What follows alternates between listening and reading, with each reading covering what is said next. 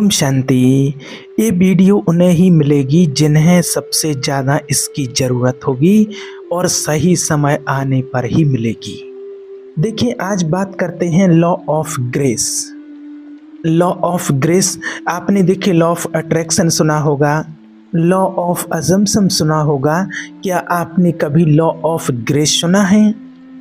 अच्छा, ये भी हो सकता है कि आपको ये नाम नहीं पता हो, लेकिन आपने लाइफ में कभी ना कभी इसे एक्सपीरियंस ज़रूर किया होगा। हर इंसान की लाइफ में कभी ना कभी ऐसा समय आता है जब वो इस लॉ ऑफ ग्रेस का एक्सपीरियंस करता है। लॉ ऑफ ग्रेस कुछ ऐसा होता है कि ये जो आप इतनी उधेड़-बुन इतनी मेहनत कर रहे होते हैं ना चीज़ों को अपने फेवर में लाने के लिए, और वो सब कुछ नहीं हो रहा होता है, लेकिन जैसे ही आपको ग्रेस मिलता है, यानी कि ऊपर वाले की जो ईश्वर की जो कृपा प्राप्ति होती है, जब यूनिवर्स आपके फेवर में आता है तो जो आपके लिए सही होता है या जो आप इतने समय से ढूंढ रहे हैं वो आपको नहीं मिल रहा था, हर जगह हाथ पैर मार चुके थे, वो यूं ही हो जाता है, चुटकियों में हो जाता है। वो होता है लॉ ऑफ ग्रेस। जब कुछ मेरिकल सा होता है और आपको लगता है कि ये तो सोचा ही नहीं था और एक कैसे हो गया, तो इसीलिए आज हम बात कर रहे हैं लॉ ऑफ ग्रेस की। तो सुनने में थोड़ा सा भारी भरकम लग सकता है, तो आज ऑलवेज हम इसको सिंपलीफाई करते हुए चल रहे हैं ताकि इस प्रीसियस नॉलेज को हम इंस्टॉल कर सकें अपने अंदर, मतलब कि धारण कर सकें। देखिए, जब भी हम कोई चीज़ इंस्टॉल करते हैं तो कैसे वो हमारे सिस्टम का हिस्सा बन जाती है, और इन्फॉर्मेशन के साथ भी कुछ ऐसा ही होता है कि जैसे ही हम उसको इंस्टॉल करते हैं, जैसे ही वो हमारे अंदर उतरती है कि अच्छा ये बोल रहे हैं, ये वो हमारे सिस्टम का हिस्सा बन जाती है। तो आपको आज एक एग्जाम्पल भी देंगे। एक भाई हैं, वो एक एग्ज़ाम की तैयारी कर रहे थे, ये प्रैक्टिकल है, तो वो 2-3 सालों से लगा हुआ है, वो तैयारी करे जा रहे हैं, लेकिन हर बार ये होता था कि या तो एग्ज़ाम की डेट पोस्टपोन हो जाती थी, या तैयारी उस तरह से नहीं हो पाती थी, या जब एग्ज़ाम की टाइम पर वो तैयारी कर रहे होते थे तो घर में कुछ ना कुछ ऐसा होता रहता था कि वो टाइम ना निकाल पाएँ या वो फोकस उनका वहाँ ना जाए, मतलब कुछ भी करके बस पढ़ाई ना हो पाए, तैयारी ना हो पाए।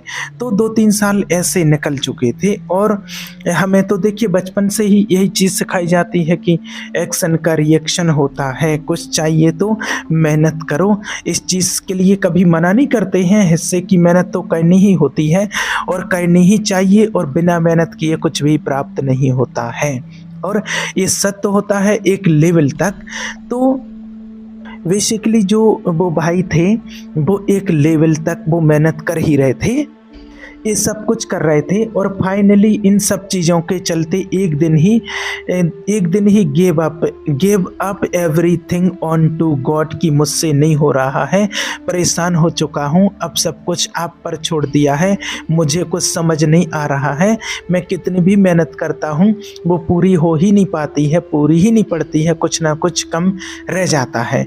तो उन्होंने अपनी डिज़ायर पर गिव अप नहीं न करा, और बस मुझे अच्छी जॉब चाहिए, मुझे पैसा कमाना है, और अब आपको जो मेरे लिए सही लगे वो आप कर दीजिए।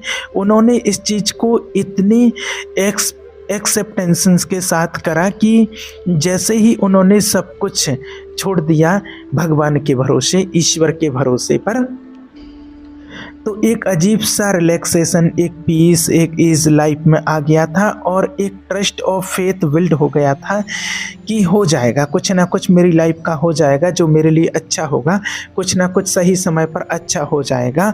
और ये हार्ड ट्रूथ है कि जहाँ आपके एफर्ट्स काम नहीं करते हैं वहाँ ग्रेस काम करता है, और जैसे ही वो ग्रेस आपके अंदर आने लग जाता है, वो ईज़ की आप न चीज़ों से, लोगों से, समय से लड़ नहीं रहे हो और आपने सब कुछ छोड़ दिया है उसके ऊपर, उसके भरोसे पर। लेकिन अपने अंदर से इतना कॉन्फिडेंस होना चाहिए, ईश्वर के ऊपर इतना भरोसा होना चाहिए कि अंदर से और बाहर से बिल्कुल एक समान।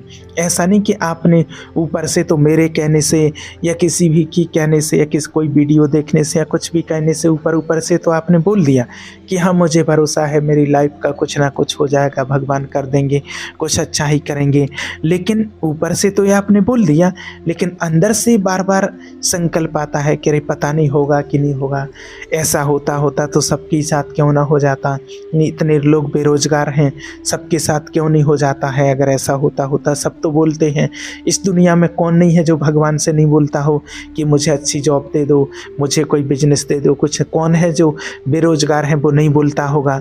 हाँ, है ऐसे। देखिए, कोई नहीं है ऐसा कि हाँ नहीं बोलता होगा, लेकिन बस बात वहीं आ जाती है कि विश्वास की, एक आंतरिक मन की, अंदर बाहर एक समानता लाने की। क्योंकि ऊपर से तो सभी बोलते हैं, लेकिन अंदर से वो भावना बिठाने में टाइम लग जाता है, क्योंकि अंदर से आपका सबकॉन्शियस माइंड बोलता है नहीं, पता नहीं होगा या नहीं। आपके अंदर से एक आवाज़ आती है कि पता नहीं होगा या नहीं।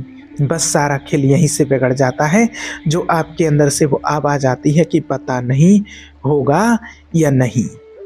बस वो आवाज़ नहीं, एकदम पूरा विश्वास, पूरा ईश्वर के ऊपर संपूर्ण विश्वास होना चाहिए कि नहीं, जो मैंने बोला है तो मेरी लाइफ में कुछ ना कुछ होगा ही। और ऐसा ही जिस भाई का आपको उदाहरण दिया है, उन्होंने ऐसा ही पूरे विश्वास के साथ ईश्वर से बोला और ईश्वर के भरोसे पर छोड़ दिया। और फिर जैसे ही वो ग्रेस आपके अंदर से आने लग जाता है कि वो आप न चीज़ों से, न लोगों से, न समय से लड़ नहीं रहे हो, आपने सब कुछ छोड़ दिया है उसके भरोसे।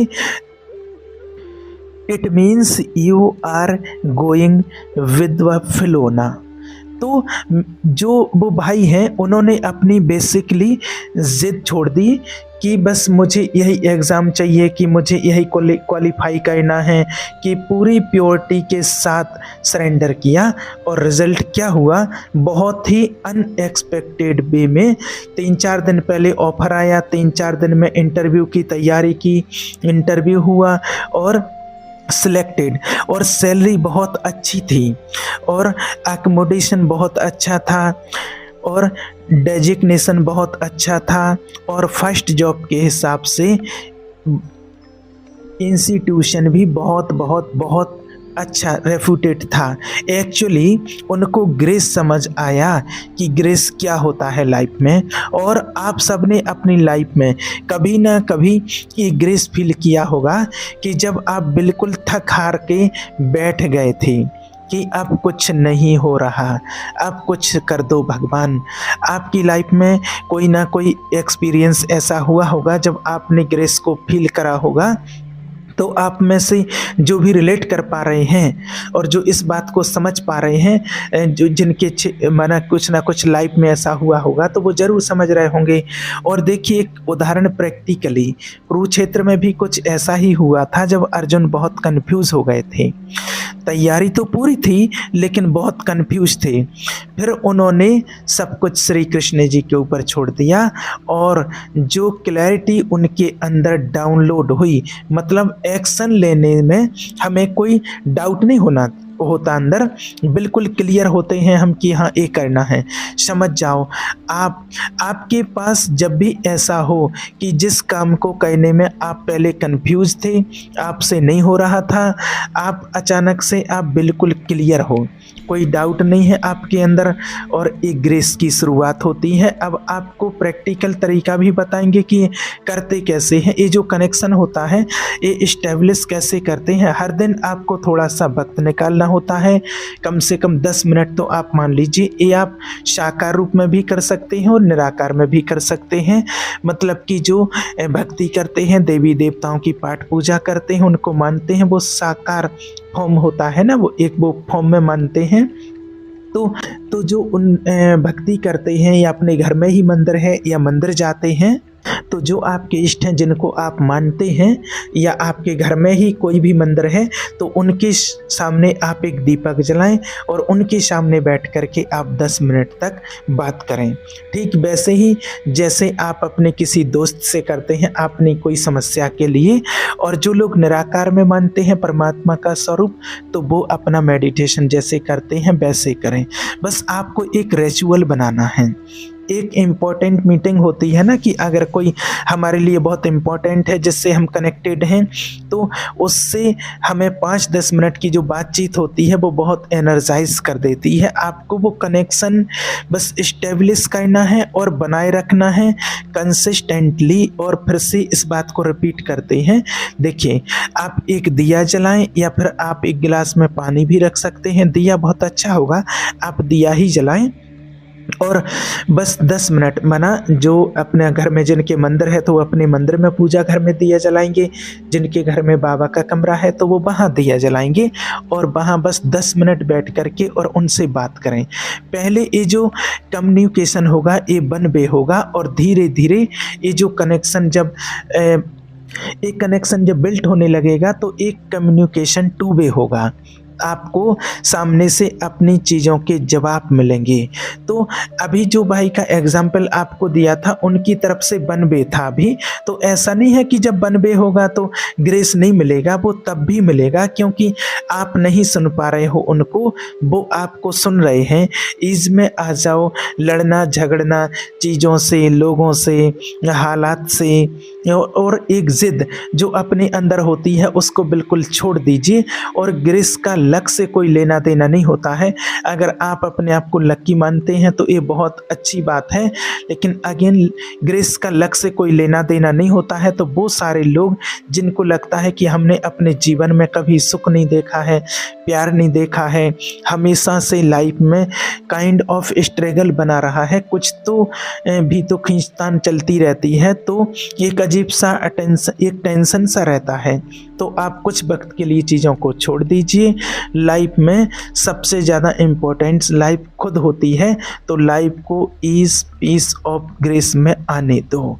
हर दिन अपने जो इष्ट हैं, जो आपके आराध्य हैं, उनके साथ आप अपना थोड़ा सा वक्त ज़रूर बिताएं। और ये जो मेरिकल होता है ना, ये आपके लिए न्यू नॉर्मल बन जाएगा, न्यू नॉर्मल।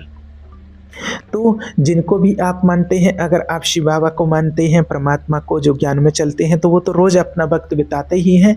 लेकिन जो नहीं जानते, जिनको नहीं पता, तो वो जिन भी अपने इष्ट को मानते हैं, उनके साथ अपना थोड़ा सा समय आप ज़रूर बिताइए। आपकी बैटरी चार्ज होगी, आपको एनर्जी मिलेगी और आपको नए रास्ते दिखाई देंगे। जो अभी तक आप कुछ नहीं समझ पा रहे थे, वो भी आपके रास्ते खुलते जाएंगे। ठीक है। ओम शांति।